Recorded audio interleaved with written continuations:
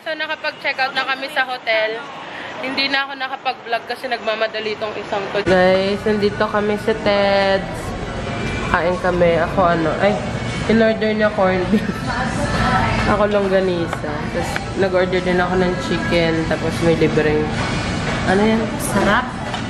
Bad choy. Masarap. Tapos, and kasama namin yung mga pinsa namin papuntang Boracay. Ito si Rap Rap. Tapos siya si John John. Samahan nila kami sa Boracay. Ano yung order ni Ben Ben? Tocino, di ba? Kasi breakfast pa lang feeling namin. Pero alas 12 na. Pero magla-lunch din kami maya-maya. So guys, tinitikman ko nga yung lapas batchoy nila. Sobrang sarap nito. Mas masarap to sa Netongs. Promise. No sis? Nung natikman mo na yung Netongs? Hindi pa. Mas masarap to. Mas malasa to. Oh my gosh. Guys, sa Ted's na kayo kumain dito.